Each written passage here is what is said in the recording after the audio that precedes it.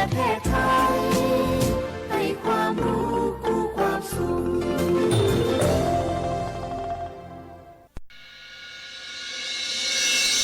สถานีวิทยุกระจายเสียงแห่งประเทศไทยจังหวัดเชียงใหม่ AM 1476 กิโลเฮิรตซ์สถานีวิทยุภาคภาษาชาติพันธุ์แห่งเดียวในประเทศไทยที่มีความทันสมัยเชื่อถือได้สร้างอัตลักษณ์กลุ่มชาติพันธุ์สู่สากลพล่ะแก้วเคยสังเกตก็ในปฏิทินไทยมีวันสำคัญเกี่ยวกับสถาบันพระมหากษัตริย์อยู่เกือบทุกเดือนเลยนะแต่ก็นี่แต่กะก็อย่างเช่นเดือนมกราคมวันที่17วันพ่อขุนรามคำแหงวันที่18วันสมเด็จพระนเรศวรมหาราชส่วนเดือนมีนาคมวันที่31วันพระบาทสมเด็จพระนางเกล้าเจ้าอยู่หัว2เมษายนวันคล้ายวันพระราชสมภพกรมสมเด็จพระเทพราช6เมษายนวันจักรี4พฤษภาคมวันชัดมงคล3มิถุนายนวันเฉลิมพระชนมพรรษาสมเด็จพระนางเจ้าพระบรมราชินีใจวันที่28กรกฎาคมวันเฉลิมพระชนมพรรษาพระบาทสมเด็จพระเจ้าอยู่หัววันที่12สิงหาคมกับวันแม่แห่งชาติ24กันยายนวันมหิดลนี่เดือนตุลาคมก็มีวันสำคัญก็คือ13ตุลาวันคล้ายวันสวรรคตของในหลวงรัชกาลที่9วันที่21ตุลาวันคล้ายวันพระราชสมภพสมเด็จย่าและก็23ตุลาก็เป็นวันพิยะมหาราชวันที่14พฤศจิกายนวันพระบิดาแห่งฝนหลวง25พฤศจิกายนวันวชิราวุธและก็วันสำคัญในเดือนธันวาคมคือวันที่5วันป่อแห่งชาติครับสังคมไทยเฮาให้ความสำคัญกับวันเหล่านี้คนไทยฮักและก็เทิดทูนสถาบันพระมหากษัตริย์เพราะสถาบันพระมหากษัตริย์อยู่คู่กับคนไทยมาอย่างยาวนานปรารถนาดีจากสำนักงานประชาสัมพันธ์ที่3กรมประชาสัมพันธ์ค่ะ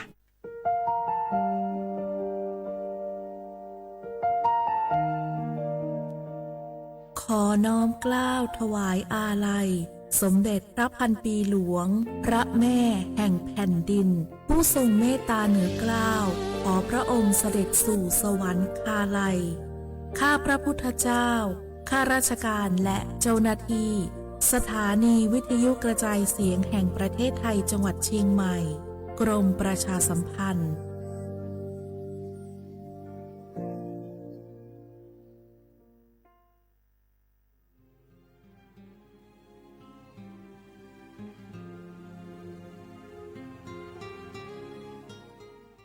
This is a moment of profound grief for the Kingdom of Thailand. We,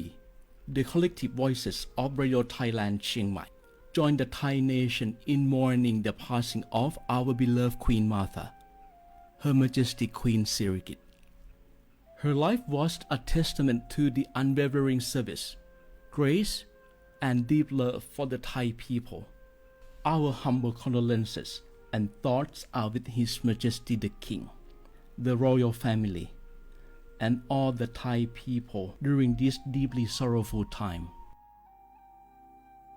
We will remember her forever.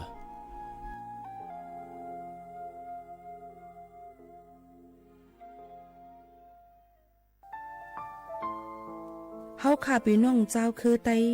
มีตั้งหม่องเจอ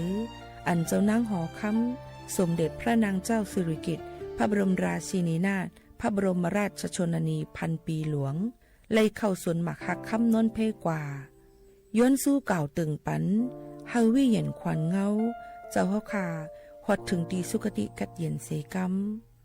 เฮาขาพี่น้องก้นคือไต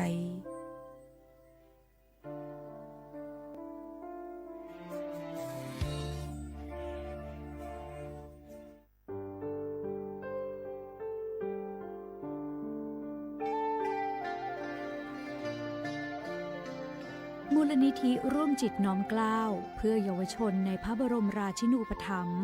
ขอเชิญชวนผู้มีจิตศรัทธาทุกท่านเข้าร่วมบรรพชาอุปสมบทหมู่93รูปเพื่อน้อมรำลึกในพระมหากรุณาธิคุณและถวายเป็นพระราชกุศลแด่สมเด็จพระนางเจ้าสิริกิติ์พระบรมราชินีนาถพระบรมราชชนนีพันปีหลวงผู้ทรงพระคุณอันประเสริฐองค์พระบรมราชินูปถัมภ์มูลนิธิร่วมจิตน้อมเกล้าเพื่อเยาวชนจึงขอเชิญชวนบุคคลที่มีอายุ20ปีขึ้นไปร่วมอุปสมบทหมู่ระหว่างวันที่27กุมภาพันธ์ถึง9มีนาคม2569ณ วัดเทพประธานอธิพรอำเภอสอยดาวจังหวัดจันทบุรี ทั้งนี้รับสมัครตั้งแต่วันที่ 19 ธันวาคม 2568 ถึง 31 มกราคม 2569 โดยไม่มีค่าใช้จ่าย หรือร่วมบริจาคสนับสนุนในโครงการได้ที่ ชื่อบัญชี มูลนิธิร่วมจิตน้อมเกล้าเพื่อเยาวชน ธนาคารไทยพาณิชย์ เลขบัญชี 404-204-2266 สอบถามเพิ่มเติมได้ที่ มูลนิธิร่วมจิตน้อมเกล้าโทร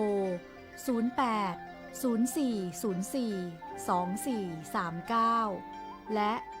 08-5114-8900 ทุกครั้งที่ใช้สิทธิบัตรทองหรือบัตร30 บาทอย่าลืมพกบัตรประชาชนเพื่อยืนยันการใช้สิทธิไม่ว่าจะไปรักษารับบริการป้องกันโรคหรือบริการอื่นๆสำหรับเด็กเล็กที่ยังไม่มีบัตรประชาชนใช้ใบเกิดแสดงคู่กับบัตรประชาชนของผู้ปกครองง่ายสะดวกรักษาได้ทันทีสอบถามเพิ่มเติมได้ที่สายด่วนสปสช1330ทุกคนเร็วๆทุกคนเก็บของเร็วๆแผ่นดินไหวแล้วแผ่นดินไหวเดี๋ยวพี่เดี๋ยวก่อนจะรีบไปไหนเก็บของไปไหนพี่เนี่ยพี่ดูในข่าวเขาทำคลิปมานะว่าจังหวัดเราเนี่ยแผ่นดินจะไหวพี่ยังไม่มีแฟนเลยเนี่ยกลัวตายมากเลยเนี่ยไม่อยากตาย เอ้าพี่ไปฟังข่าวปลอมมาอีกแล้วเหรอทำไมพี่ไม่ไปดูข้อมูลแผ่นดินไหวที่แอป Earthquake หรือว่า Thai Disaster Alert อ่ะเขาบอกข้อมูลหมดเลยว่าสถานการณ์แบบไหนระดับไหนต้องทำตัวยังไงบ้างอีกอย่างถ้ามือถือพี่ไม่มีเน็ตเนี่ยเขาจะมีเซลล์บอร์ดแคสส่งข้อความแจ้งเตือนมาที่โทรศัพท์พี่โดยตรงเลยพร้อมข้อปฏิบัติด้วยเหลือแค่พี่ปฏิบัติตามนั่นแหละก็ใจเย็นๆลงละขอบคุณมากนะน้องโอเครู้ทันสาธารณภัยห่างไกลความเสียหายด้วยความปรารถนาดีจากสำนักงานประชาสัมพันธ์ที่ 3 กรมประชาสัมพันธ์หนึ่งเสียงของท่านมีความหมายต่ออนาคตประเทศการเลือกตั้งคือโอกาสสำคัญที่ประชาชนจะได้ร่วมกำหนดทิศทางบ้านเมืองขอเชิญชวนพี่น้องประชาชนผู้มีสิทธิ์เลือกตั้งทุกท่านออกไปใช้สิทธิ์เลือกตั้งปี 2569 เลือกคนดีเลือกผู้แทนที่ตั้งใจทำงานเพื่อประโยชน์ของประชาชนบดีปล่อยให้เสียงของท่านเงียบหายเพราะประชาธิปไตยเริ่มต้นที่การไปใช้สิทธิ์ร่วมกันไปเลือกตั้งอย่างพร้อมเพรียงกันวันอาทิตย์ที่ 8 กุมภาพันธ์ 2569 8 โมงเช้าถึง 5 โมงแลงใช้สิทธิ์ใช้เสียงเพื่ออนาคตของประเทศไทย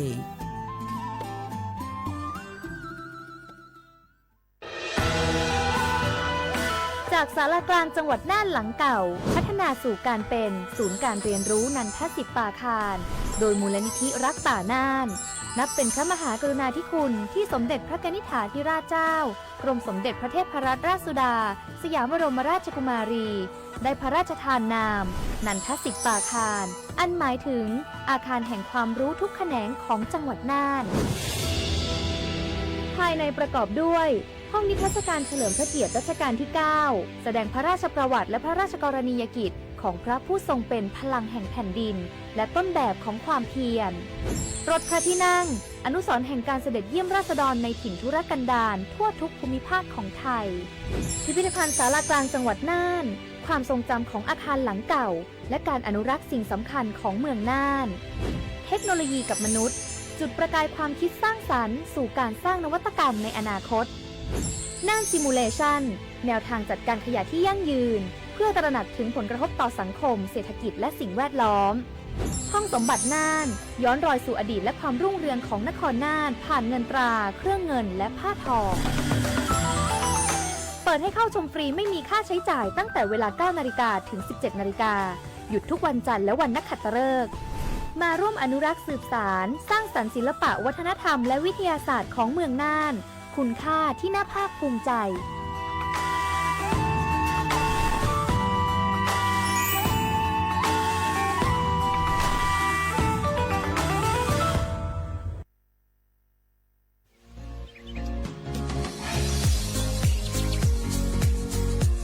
หนังเปิงมติครม.มือวันที่29 เดือนธันวาคม 12 สิงหาคม ปากไป 67 เฮาฮิปเน็ตแกลิดปัญหาสถานะและสัญชาติคนอันอยู่ตั้งเมืองจึงไทยจอมาตรา17นั่นตอนตาพี่น้องเฮาเขาอันเข้ามาอยู่ตั้งเมืองไทยหึงนั้นและมีไว้เขาจอมปึงเฮากว่ายืนย้อนสถานะต่างดาวของเมืองถูกแม่นจอมปึงไล่ตอนตาลูกอ่อนอันเกิดตั้งเมืองจึงไทยมีอำนั้นก็แม่มีไว้ทะเบียนประวัติบุคคลไม่มีสถานะทางทะเบียนอำนั้นไว้10 ปีถูกแม่นเยาในจึงเฮากว่ายืนย้อนสัญชาติไทยจอมหนังมาตรา7ทวีไล่พออยู่ตั้งกรุงเทพมหานครกว่ายืนไล่ตีสำนักบริหารการทะเบียนกรมการปกครองพออยู่ตั้งต่างเจดวนในจึงกว่ายืนไล่จอมหนังวัดไว้อันเปิ้นออกปันเฮาขานั่นเข้าย้ำเหตุการณ์จอมหนังหลวงปองจึงต่อพอถึงวันที่29เดือน6 25ปากไป69ค่ะ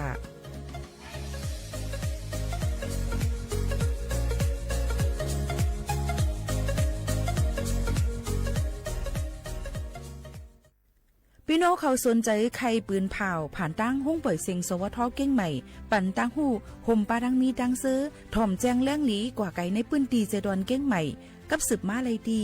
สวทเก้งใหม่หมายฝน053-276-068และ0922468579จ่องหู้คาหือก้อนโมก้อนไฟอันเผาอยู่ตีกลางป่างนั่นอ่ำเลยหายกว่าตั้งเลย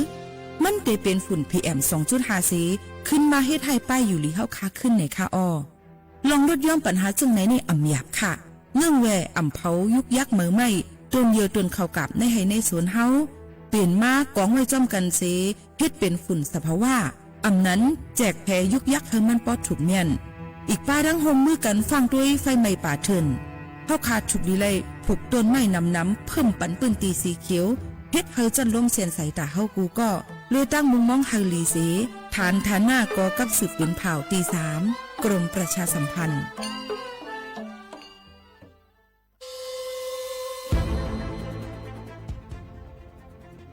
ย้อนผิดหมอกพี่น้องเขามาโฮมเป็นจุ้มเหลียวกันดังเจดอนเก้งใหม่โฮมกันแกลิดปัญหาไฟไหม้ป่าเถินหมอกก้อนก้องก้อนมูและฝุ่นเล็กๆ PM 2.5 ค่ะสั่งว่าโชพันไฟไหม้กับสืบกว่าตึงลาดไลดีอองตีแกลิดปัญหาไฟไหม้ป่าเถินและหมอกก้อนเจดอนเก้งใหม่หมายฝน053-112-808ในค่ะเจดอนเก้งใหม่ค่ะออกปักเปิงหมายมีเฮกังแกลิดปัญหาหมอกก้อนก้องก้อนโมและฝุ่นเล็กๆ PM 2.5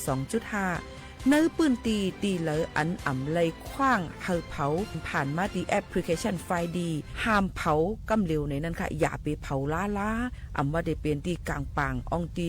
ห้ามเผาเกยยุกยักไม่ดอกกูอันในค่ะแต่เอาวันที่1เดือน1อิงเกรด2เหงปลาย26ต่อถึง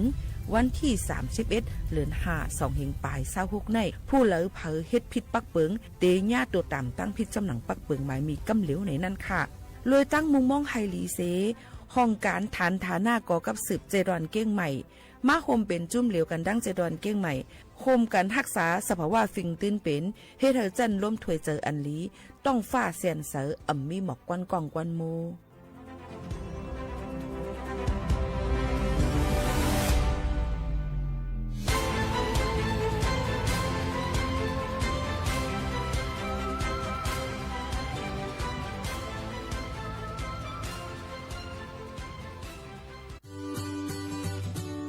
พี่น้องเฮาเขาค่ะพอถึงมาในวันอาทิตย์ที่8เดือนธันวาคม25ปากไป69พี่น้องเฮาเขาจะเจออันเลยเป็นเจอคือไทยสัญชาติไทยเย้าอย่าไปลืมก่อยหย่อนเนแคบกลางเจอกว่าเลือกตั้งอองตีมีจื้อเฮาขานั่นในค่ะข้าวย่ำ8:00 นกลางในต่อถึง5:00 นไว้วันค่ะคักตอนง่ายๆค่ะเดเจอวัดไว้กับตัวอันเดียวกุ้ยก้นอันมีสุนตาเตกว่าหย่อนในแคบกลางเจอเตเลยวัดไว้หย่อนในแคบกลางใจอยู่3ไว้3สีจ้อมกันในค่ะสีเขียวเตเป็นวัดไว้เลือกตั้งสสแบบแบ่งเขตเลือกตั้งค่ะสีของเตเป็นไว้เลือกตั้งสสแบบบัญชีรายชื่อและสีเหลืองเตเป็นไว้ออกเสียงประชามติแก้ไขรัฐธรรมนูญในค่ะออกกว่าใจสุนเลยสุนเป็นตาอนาคตตั้งนาอันฮอกคาเลือกไว้ลุยมือโตเจ้าเก่าอย่าลืมกว่าเลือกตั้งกันค่ะนะ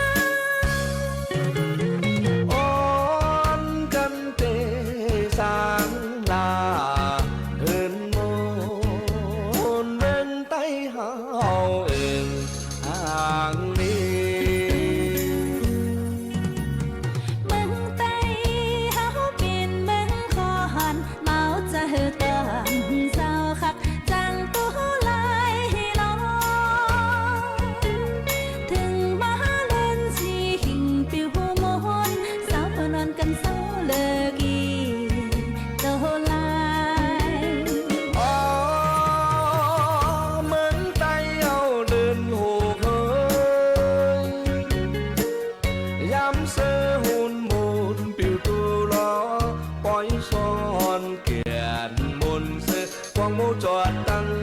เมื่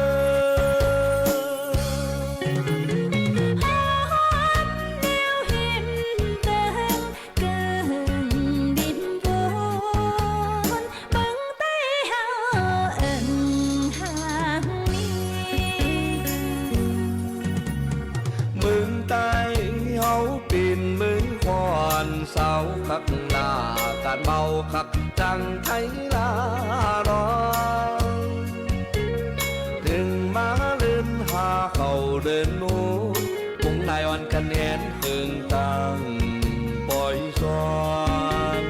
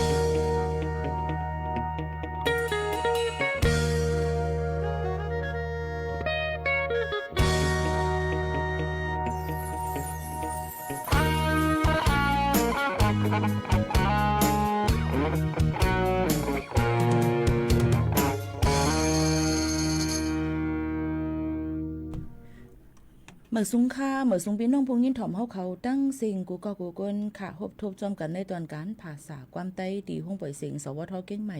AM 1476 กิโลเฮิรตซ์ค่ะปืนปล่อยเสียงกูวันในตอนการเฮาค่ะที่ในเฮาอยู่ลีมักมีเงินคำกันกูก็กูก้นค่ะเมื่อในถึงมาในวันศุกร์ที่30เดือนธันวาคม2เฮงปลาย26ปีพุทธศักราช2เฮง5ปากปลาย69ปีใต้2เฮง1ปากปลาย20ปีก็จะ1เฮง3ปากปลาย87คู่เป็นเลิน3เหมอ12คำฮอดถึงมาในวันเมื่อในสิอยู่จอมเขาผู้ปืนเผาและผู้จัดรายการยิงหมูขาวนวลสุภาวันเชื้อสารวินเป็นอ้อยกออ้อยเสปอแม่ปีๆน้องๆเขาค่ะออกชมอยู่ที่เราตั้งไหลห่มจมฮับตอนที่ในนี่นั่นค่ะเยาก็เหมือนในก็เป็นวันศุกร์ยาวเสมาผูกวันที่31เป็นวันเสาร์ในนั้นค่ะหรือในก็ได้เสียงยาวในค่ะดนตาเฮาพี่น้องก็ได้ห่างเฮียนกันดนตาเงินเหลือนก็เข้าเงินเหลือนติออกซึมจังไหนนี่ค่ะเนาะเข้าไม้ก็ออกกว่าจุเก็บกำก็จังเป็นไรในนั้นค่ะเมื่อในพี่น้องเขาอยู่ลีกินวันกันอยู่ค่ะ5มื้อว่าเฮาค่ะคินกันไว้ว่าเมื่อในเฮาค่ะได้มีลองจากบันโคตอนพี่น้องเขาประวัติตอบขอถามเฮาค่ะไรในนั้นค่ะนะโดยการเฮาค่ะได้เลือกเอา1ก็อันที่เฮาว่าค่าหันตอบไรถูกเมียนเนี่ยก็อ่อนตั้งนั้นด้วยการได้เป็นรองสังก็ผิดบอกให้พี่น้องเขามาเขาถอมในตอนการเฮาคาที่แฟนเพจ Facebook สวทเก้งใหม่ AM 1476กิโลเฮิรตซ์จำกันที่ในเข้ามาถอมน้ำแล้วก็เฮาคาได้มีโคตรโคของเล็กๆเนี่ยนะคะอันเป็นสินนำใจฝากตอนจนถึงพี่น้องเฮาเขาอยู่นะคะอ๋อเมื่อในหมวกเขานุ่นไม่มาก็เหลียวขามาจอมน้องเนี่ยค่ะก้นอันมาฝึกการที่ห้องปล่อยเสียงเฮาคาที่ในนะคะเมื่อได้เป็นวันนึกสุดดีมาฝึกการที่ในเฮาอ่อนกันกว่าตรงตักน้องเขาก่อนค่ะเมื่อสุงค่ะไม่สุงค่ะค่ะเมื่อใดก็มีหมู่เขานุ่นก็ยินดียินโจมตีไล่หันไหนคะน้องบัวทิพย์เฮาค่ะนี่เนาะมาห่มจัดรายการเที่ยงเฮามาจัดรายการห่มกันก็หลายวันอยู่ก็ใจหายเนาะที่น้องๆมาฝึกการที่ในเดี๋ยวก็มื้อใดก็เป็นวันลื่นสุดเนี่ยค่ะก็ยุ่มยามว่าหน้าการอันที่น้องมาฝึกการที่ห้องปล่อยเสียงเฮาค่ะหลายๆฝ่ายก็ได้เอากว่าเจอที่การเรียนการสอนเดี๋ยวก็ตามวันตามมื้อหน้ากว่าแทงในนั่นค่ะตรงตักกันก่อนค่ะว่าชื่อหังค่ะก็บอกอีกรอบลาทางกำค่ะจือหางเนี่ยอ๋อเจ้าไหมสุค่ะนางจือบัวทิพย์วันอ่อนค่ะอ๋อค่ะเดี๋ยวก็มาห่มจัดรายการที่ในเที่ยงไหนค่ะเนาะเมื่อในก็น้องบัวทิพย์พังเฮียนอีสังมาอุบโอจอมพี่น้องผู้ยินถอมเขาค่ะค่ะเมื่อในก็มาดูค่าฝุ่น PM ก่อนนะค่ะฝุ่น PM 2.5 มีจังหือพองต้องมันนำ5ถูกรีฟังกันไว้5ซึ่งในค่ะเนาะค่ะตอนนี้อำเภอชัยปราการจังหวัดเชียงใหม่นะเจ้าค่ะฝุ่นก็อยู่ตี61ยังเป็นสีส้มอยู่เจ้าแล้วก็หางดงก็61เจ้าส่วนสันกำแพงอยู่ตี60เจ้าค่ะอำเภอฝางอยู่ตี51เจ้าสีส้มมันมีสีแดงเจ้าก็เตเลยว่าก็การซึ่งหือกอลียังตึกอยู่ในพองข้าวยามที่เปิดอ่ำปันเผาเนาะ อโหลเลยฟังกันไว้เจ้าในประเด็นค่ะ PM 2.5 PM 2.5 ในมันติจังเฮเดียวค่ะตุ้มเตือถึงป้ายอยู่ลีลองร่วมทุยเจอหลอดปอด5ในค่ะไผร่วมทุยเจอ5ตั้งเป็นหลายรองหลายอันตาเจ็บตาเสียบตาเลี้ยง5เจ้าในค่ะเนาะก็โหลเลยฟังไว้ป้อติออกกว่าติเกกลางปางก็โหลเลยใส่แมสเนาะเดี๋ยวใส่ผ้าต้มคูหนังผ้าปิดคูหนังแมสแอน95ก็ติเฮกังฝุ่น PM 2.5 อะไรจังไหนค่ะมีลองอีสังเทียงค่ะเจ้าเมื่อว่านี่อันนี้เป็นราคาทองเจ้าซื้อไว้หลายบาทแล้วค่ะว่าได้ซื้อจากบ้านมันแพงเกินค่ะจังหือพองค่ะเจ้านี่นะคะราคาทองก็ลวงมาอยู่ตี2ลวงลดลงมาตี 2,550 บาทเจ้าตอนนี้ลุด 80,000 แล้วเจ้าลดลงมาเหลือขายออกก็ท้องแพงก็อยู่ตี 78,950 บาทเจ้าส่วนรูปพรรณก็อยู่ตีขายออกนะเจ้า 79,750 บาทเจ้าค่ะนี่ก็รู้เลยไปตุ้ยแทงว่ามันจำปีใหม่แค่ตรุษจีนเนี่ยเนาะมันก็ขึ้นลุ่งๆเนี่ยนะคะมือคำว่ากันในล่วงมันนำหนาวเนี่ยค่ะเนาะเนี่ยซึ่งไหนค่ะตอนดาพี่น้องเขาอันซื้อคำไว้ห้ามนั้นก็เรียนหุ้น5เจิมเจ้าในก็ถูกดีเลยตุ้ยข่าวเงาให้คึดตั้นอยู่ตาสีนั่นค่ะเนาะนี่ก็เป็นการขันคำเนี่ยนั่นค่ะเลยว่าในเข้าตั้งเรือน2เรือนในกล้วยในขึ้นมานำเนี่ยในปี 2568 ในกาขันค่ำในคืนมาอยู่ดี1แก็บเนี่ยเพิ่มขึ้นมาแทง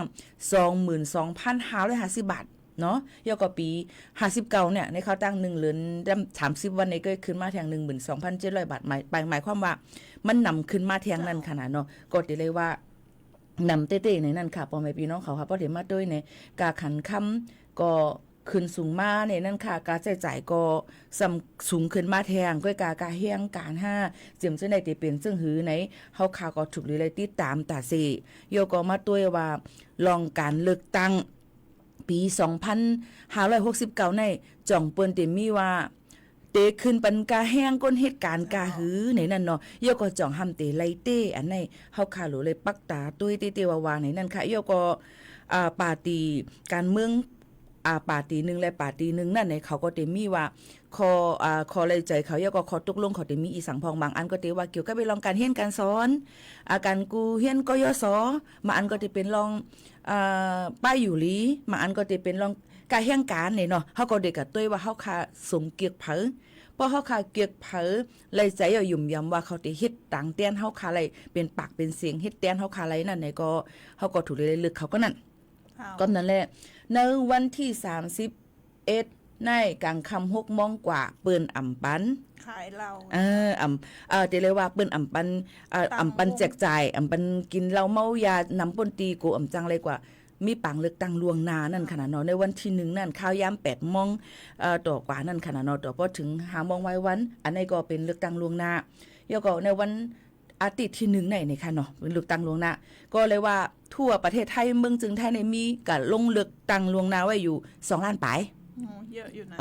ก็กูตีนั่นน่ะเนาะมี2 ล้านปลายใกล้กันซึ่งหือกอลีอันนี้ก็รู้เลยปักตาไปด้วยแทงแล้วก็เลือกตั้งแทงกำนึงปัดโฮมกันนั่นก็จะมี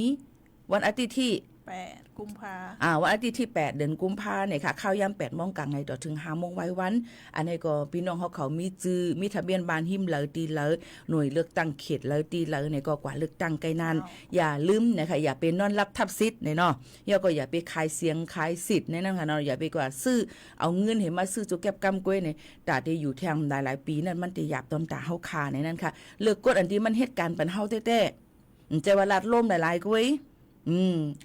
ปนมานั่นก็บางอันมันก็เสียใจหลายอันค่ะเปิ้นว่าไรเงินหมื่นก็อ่ำไรนะเปิ้นว่ากาแห้ง600ก็อ่ำไรให้ไหน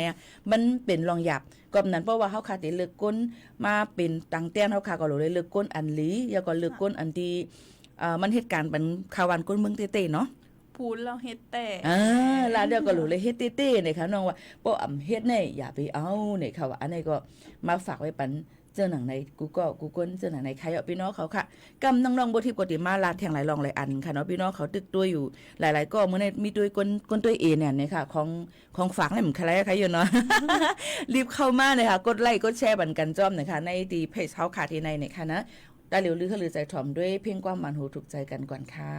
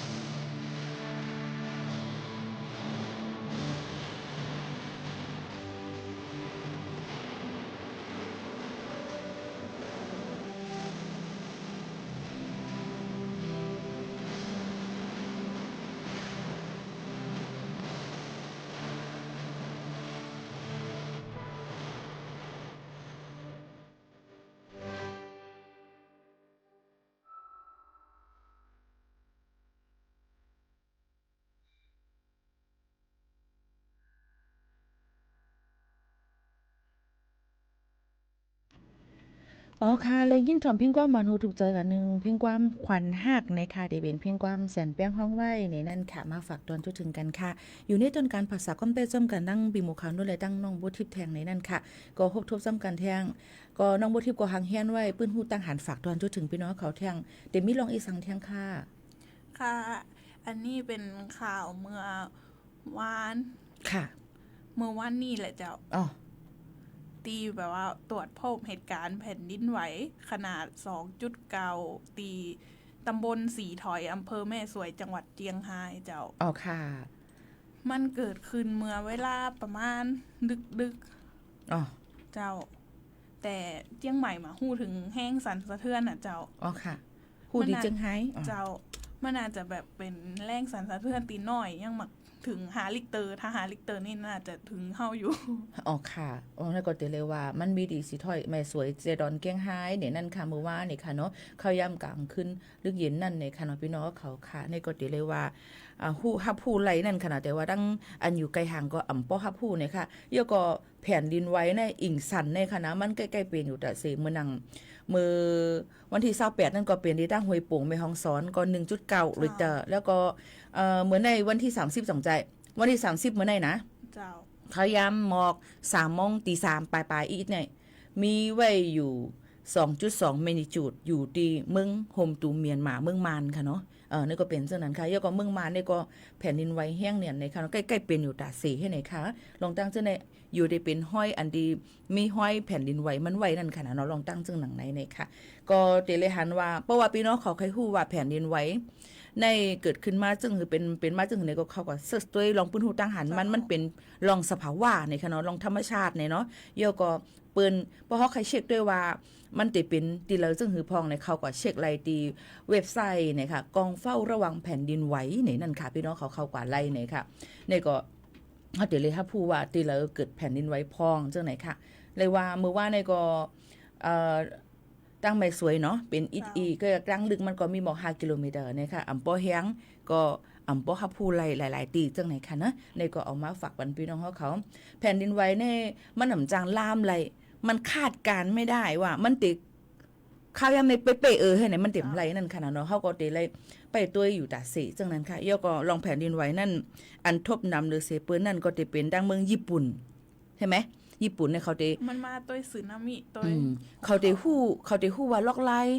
เฮกังล็อกไล่รู้ล้อมได้ถึงว่าเมื่อพ้องแผ่นดินไหวเขาเตเฮ็ดจังหือย่อก็ล้วนห้องเฮียนเตกว่าขึ้นเฮียนนั่นเนี่ยค่ะถงเปอร์เขาว่าโคเขาว่าเนี่ยเขาเตให้ใจเหมือนกันหมดเหมือนเมืองไทยนะเมืองไทยเนี่ยใช้อะไรก็ได้อะกระเป๋าจึงหือก็ไรเดี๋ยวตั้งปูนในเปิ้นให้ใจเหมือนกันหมดถงปับลิกเขานั่นเขาก็ติไปเหมือนว่าเอาเฮกังแผ่นดินไหวที่ตกใส่ไหลเหมือนจังมาอีหยังที่นักๆหนาๆตกไหลเพราะว่านำโจมมาเนี่ยก็มันติเป็นรองกวาดทงกระเป๋าเขาเนี่ยก็เป็นชูชีพเขาไหลเฮ็ดจังไหนอ่ะพี่น้องอันนี้เป็นเมืองเปิ้นในเปิ้นไปจึงเมืองเปิ้นผู้ใหญ่ก้นหลงเปิ้นรู้ล้อมได้ถึงข่าววันก้นเมืองเปิ้นดีแต่นายนี่ค่ะนะเปิ้นเต็มในลาดว่าเขามีเหมาก็ได้ซื้อกาอันไหนเขามีก็ได้จะไรเปิ้นได้ใช้เหมือนกันหมดนี่ค่ะนะอันไหนก็จะเลยว่าเป็นล็อกไล่ที่คึดกาบของเปิ้นวันเปิ้นเมืองเปิ้นแล้วก็มันเป็นถงโคเลยโคของเฮงใจที่มันใจเฮกังไหลมือพองเป็นเพศสภาวะนั่นแล้วก็เปิ้นก็พึกบรรลุอันกำซื้อดอกถึงก้นใหญ่ก้นหลวงว่าเตเลยมีลองเฮกังป้องกันจังหือมือพองเฮาขาดทบเพจังไหนค่ะอันนี้หลียุกยองเต้ๆในนั่นค่ะวันเฮาเมืองเฮาในเปิ้นติดทดลองเลยครับบ่ตกใจอ่ะวิ่งแตกตื่นอีสังในก็กะว่ามันก็สิมีไว้อยู่นี่ค่ะก็เหมือนกันเหมือนนางที่เปิ้นหางเฮียนไว้เซลบอดแคทเนาะเปิ้นก็ได้มีข้อความเข้ามาในตั้งมือถือเฮาแล้วก็ได้มีเสียงเตือนมาจังนั้นค่ะอันนี้ก็เลยว่าลีเหมือนกันแล้วก็ฟังกันไว้มันก็ว่าเฮียงเฮาอำลังล่ะสู้อำได้อยู่เมืองไทยเนาะมันก็อยู่เมืองไต้ปุ่นเนาะเฮียงเฮาอำลังล่ะปีมันกล่อมใจเปิ้นก็ได้ลาดไว้ว่ามันก็มือถือมาได้อัปเดตเจ้าเขา Android 11ขึ้นไปเจ้าเนี่ยมือถืออำได้อัปเดตจังได๋ก็ใจเดี๋ยวก็บ่เป็นมือถือรุ่นเก่ามันสิมีข้อความแจ้งเตือนไว้จอมหมายฟงที่เฮามีไว้นั่นจังไหนคะพี่น้องอันนี้ก็เป็นล็อกไลน์ให้กลางหลายๆลองหลายอันเกี่ยวกับลองเพศสภาวะกุสำแสนเปิงในนั่นค่ะมีอีกอย่างเทียงค่ะแล้วก็อีกเรื่องนี่เป็นข่าวของเมื่อวานเหมือนกันเจ้าค่ะก็ได้นำศพทหารอากาศตีเครื่องบินตกของกองบิน41เจ้าค่ะเขาก็ได้นำรางทั้ง2ท่านน่ะเจ้าเขาพิธีเจ้า โดย2ท่านก็จะมีนาวาอากาศตรีสมัชชาคุณมากค่ะแล้วก็เรืออากาศโทกรวิทย์เจนคิดค่ะก็เสียใจกับครอบครัวทั้ง2ท่านด้วยเจ้าค่ะนี่ก็จะเลยว่าเป็นเพียกึ่งกลางเฮลิคอปเตอร์เฮอร์มินในคะแนนเฮอร์มินลำเล็กๆนะคะที่ดังเจดอนเก้งใหม่เป็นกว่าเป็นพึกนั่นขนาดเนาะแล้วก็ตกลงมาเสียมีลองดูซุ่มกว่าเนี่ยค่ะก็มีลองตั้งยินเสียไหลมองใจจ้อมมุ่งของเฮือนเลย2ก้อนนั้นจ้อมเนี่ยก็ให้ก็อย่าไปให้เป็นเจ้าในแท้งนั้นขนาดเนาะอันนี้ก็จะเรียกว่าเป็นเพตั้งกลางหาวปุ่นเนี่ยค่ะเนาะกูที่กูตั้งค่ะมันจังเกิดขึ้นมาไรมันอยู่ดีว่าเฮาขาดดีเฮ็ดจึงหือให้มันคามป่วนมันไหลจังไหนค่ะพี่น้องเขาในก็ฝากไว้ปันกูก็กูก้นจังหนังไหนค่ะมีอีสังแทงค่ะหรือเสว่าเรื่องข่าวอันในยาวในก็ปีโมหันลองดูอ่อนอัสัก12 ขบที่ว่าเล่นเกมออนไลน์โดนหลอกตั้ง7ออนไลน์เนี่ยหยอกเลียนเนี่ยค่ะเปิ้นก็หยอกกว่าอัสัก40ปลายเขาอยู่เนาะหยอกกว่าสิเข้าตั้ง4วันได้เนี่ยค่ะมีลองตุ้มเตอร์จากลูกอ่อนนั้นเต้ๆในนั้นค่ะอันนี้ก็เจ้าหน้าที่เปิ้นเข้ากดแจดแล้วก็ตียอบกว่าหลายก้นอันนี้อ่อนน้องเขาหลักอ่อนน้องเขากว่านั้นเยี่ยวกับนั้นฝากฟังไว้ปันพ่อแม่พี่น้องเขาว่าลูกอ่อนเฮาเล่นมือถือเล่นเกมว่าในก็หลูเลยด้วยจอมว่ากูเขาหลักกว่าให้ในค่ะเนาะมันก็สิเอาเงินมาว่ามาจอมเฮาเลยเฮาได้ปันเงินสู้มาจอมเฮาเลยอ่อนสู้ก็ซื้อตั้งกินตั้งย่ำในกำมากูมันอ่ำหันกันในขึ้นจังไหนกูเขาเอากว่าขายเฮ็ดเป็นก้นขอทานก้นย้อนเอากว่าขายครึ่งเอาไปลวงละเมอทางกันจันดูร้ายในนั่นค่ะจังไหนค่ะเนาะน้องพี่น้องเขาก็รู้เลยฟังมาลูกอ่อนก้นยิ่งมาก้นใจค่ะแต่เหลียวในอ่ำหูใจเปิ้นไรเนี่ยค่ะนี่ก็ฝากฟังไว้ปันจังหนังไหนค่ะก็ไม่อ่อนกันเลือหรือใส่ถ่อมด้วยแทงนึงเพ่งกว้างก่อนจังขึ้นมาอุบโอ้กันแทงตอนนึงค่ะ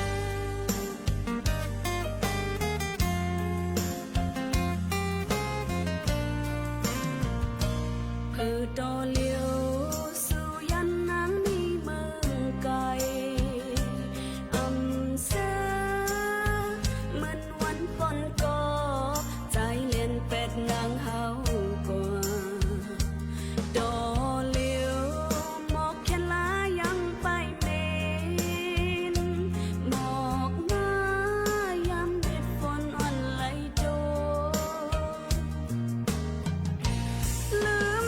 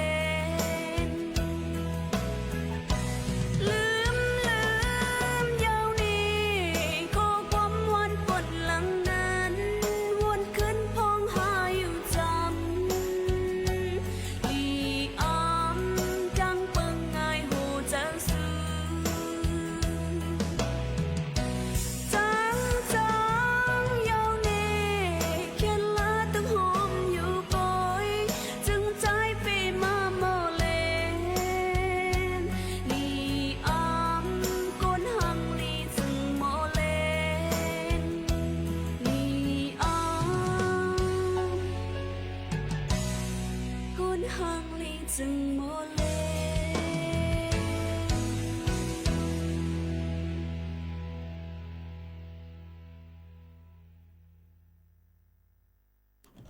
อ๋อค่ะอยู่จำกันที่ในเทียงเลยค่ะเขามาแทงในตอนหนึ่งเลยค่ะคือเขาย้ำอยู่ทางอิดอีน้องมดที่มีอย่างเดี๋ยวฝากไว้ปันผู้ยินถอมเพราะเขาแทงค่ะเจ้าก็เป็นสถานที่เที่ยวมาบอกเจ้าอ๋อค่ะก็วันที่2-8 กุมภานี่นะเจ้าเวลา9 โมงถึง5 โมงเย็นเจ้ามีการจัดงานแสดงดอกไม้หลากหลายสายพันธุ์เอกะฟลาเวอร์โชว์2026ครั้งที่เก่าเจ้าอ๋อค่ะตี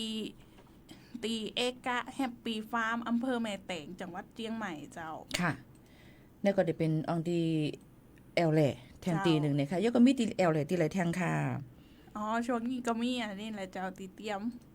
ที่ทางแฮนไว้เนี่ยค่ะเนาะนี่ก็เป็นที่เอาเลยแทงเนี่ยค่ะน้องบัวทิพย์เนี่ยค่ะเนาะพี่น้องเขาค่ะวันอ่อนก็เลยมาโอ้ตรงตักจอมพี่น้องเขาวันนี้ก็เป็นวันนึงสุด ตีตรงตักพี่น้องเขาลาดเน้ลองตั้งประทับใจหรือว่าอันดีอะไรมาเฮียนหูตีห้องปล่อยเสียงเขาค่ะมาได้เป็นลองกูฝ่ายเนาะลาดเน้ปันพี่น้องผู้ยินถอมเขาเจ้าจากดีมาได้ฝึกนี่นะเจ้าน้องฝึกอยู่ฝ่ายข่าวเจ้าก็ปีเขาก็ใจดีเจ้ามีอย่างมาเข้าใจเฮาถามปีเขาก็บอกเสมอค่อยสอนเจ้าแล้วก็มีแนวทางจี้แน่คือเฮาแบบว่าถ้าเฮาทำถูกปีเขาก็จะบอกว่าทำจะอีนะแล้วพอมาในจัดรายการกับปีโมก็ใจดีเจ้าค่อยสอนบอกว่ามันต้องเก่งใช่เยอะก็บ่เฮาลาเนี่ยเฮาก็เลยเสริมกับจ้อมว่าให้มันสอดคล้องกันให้มันคือจับใหญ่กันกะว่าเฮาติลาดจึงหือให้ก้นถ่อมเฮาขานั่นให้ถ่อมจ้อมเฮานั่นน่ะเนาะฟังได้ตลอดไม่เบื่อในจังไหนค่ะเนาะอันนี้ก็น้องๆเขาก็ยังลีค่ะก้อยกาขอความลาดเข้าคาดิเปียกเปื้อนกันเยาก็ติล้อเล่กันย้อนบ่ว่าน้องเขาเป็นคนดังใต้ลือได้คืนให้ไหนนั่นน่ะเนาะพี่น้องเขามันก็ติรอบ่าความเมืองกำนำให้ไหนแค่นดอกพี่น้องพุงยินถ่อมอันถ่อมในตอนกลางเนาะค่ะป่องเจอบันใหญ่นำสีกำในนั่นค่ะในก็ติเลยว่าเมื่อในเป็นวันนึงสุดติมาฝึกการที่ในใจหายนะน้องๆเขามาเยาก็พี่โมก็ยุ่มย้ำว่าน้องๆติเอาประสบการณ์อันที่ตัวทบในนะคะกว่าเหตุการณ์10 กว่าวันต่อยอดกว่าแทงตั้งนานในก็ย้อนให้น้องประสบความสำเร็จนะโยก็สมหวังทุกสิ่งอย่างโยก็ให้เฮียนจบมาก็มีการงานติหลีมีก้นหักนำนะคะโอ้ยพูดแล้วน้ำตาจะไหลแล้วอย่าร้องให้น้องเขาครบทุกเนี่ยสิ่งนี้ปีเป็น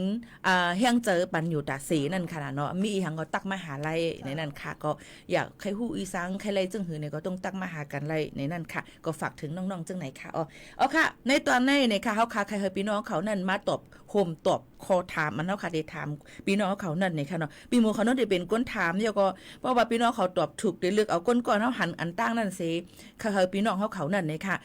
ตอบปันแล้วก็ได้ให้น้องโบทิพย์เนี่ยก็ส่งบันคู่ของน้ำสินน้ำใจเล็กๆน้อยๆอย่าไปว่ากะคันเอกะคันยำอย่าไปว่านี่เป็นสินน้ำใจใครฝากปันเลยค่ะเนาะค่ะขอถามมีอยู่ว่าแชมขอถามมีอยู่ว่าน้องอันมาพึกการจอมปีโมมาโฮมจัดรายการในจือห้องวาสังเนี่ยค่ะนามสกุลอีสังแล้วก็ฝึกการลูกตีไหลมาฝึกการเนี่ยค่ะที่เป็นจั่นจอมตีไหลเนี่ยค่ะตอบปันอีกนึงค่ะนะเดี๋ยวไปเข้ายามอยู่แทง 2-3 นาทีจบกับเปิดเพลงความในเนาะก็มาจ่องกันตอบกันในตอนนึงสุดแทงกำ1ในค่ะพี่น้องเขาค่ะอย่าลืมค่ะนะน้องมาโฮมจัดรายการน้องนั่งเนี่ยจือสังนามสกุลอีหังลูกตีจั่นจอมตีไหลมาเนี่ยค่ะอย่าลืมตอบค่ะนะไปไว้อยู่ค่ะ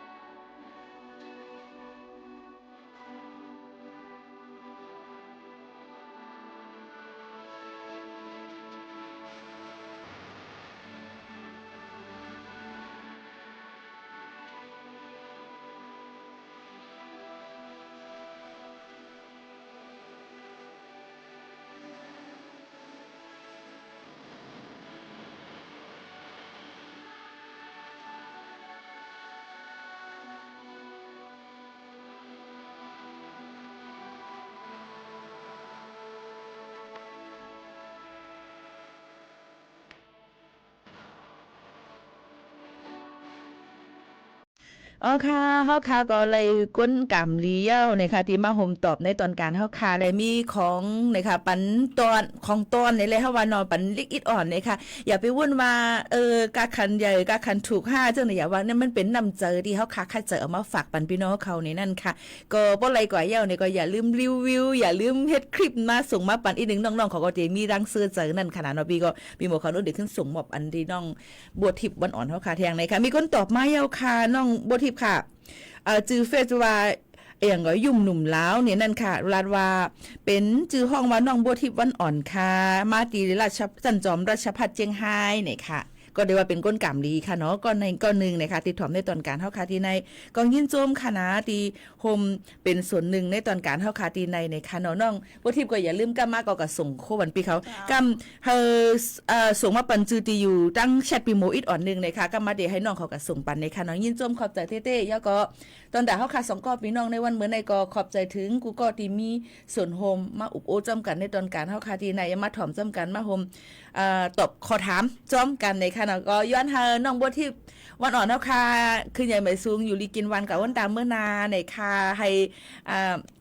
เกรดออกมาลีในนั้นเนาะมีหังก็ขึ้นต้องถามมากกันไรในนั้นค่ะยินจมเข้าใจพี่น้องเขาจอมค่ะที่มีส่วนโฮมและมาถ่อมจอมเอาค่ะดอกพอสุดในค่ะเมื่อในปีโมขาวนุ่นสุภาวันเชื้อสารวินค่ะ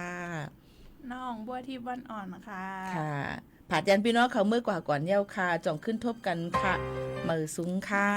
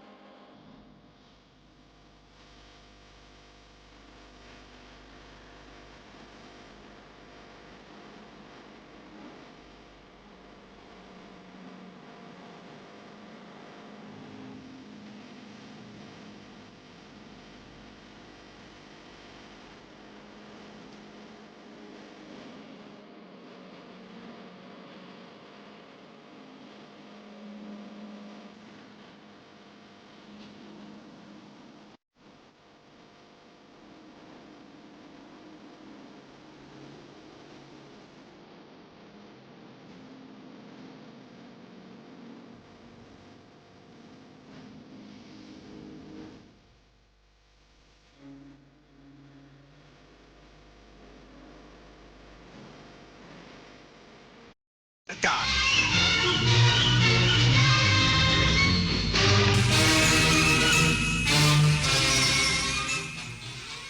รับฟังข่าวต้นชั่วโมง 11 นาฬิกากับผมบุญมาศรีหมาดครับผู้บริหารสายการบินไทยเปิดเผยความเชื่อมั่นในตลาดอินเดียยืนยันสถานการณ์ด้านสาธารณสุขในปัจจุบันยังไม่ส่งผลกระทบต่อแผนการดำเนินงานอีกสักครู่กลับมาติดตามรายละเอียดครับ8 กุมภาพันธ์นี้ทุกเสียงคือพลังอย่าลืมไปใช้สิทธิ์เลือกตั้งสมาชิกสภาผู้แทนราษฎรและออกเสียงประชามติตั้งแต่เวลา 8 นาฬิกาถึง 17 นาฬิกาณหน่วยเลือกตั้งที่มีชื่อตรวจสอบรายชื่อผู้มีสิทธิ์ได้ที่ www.e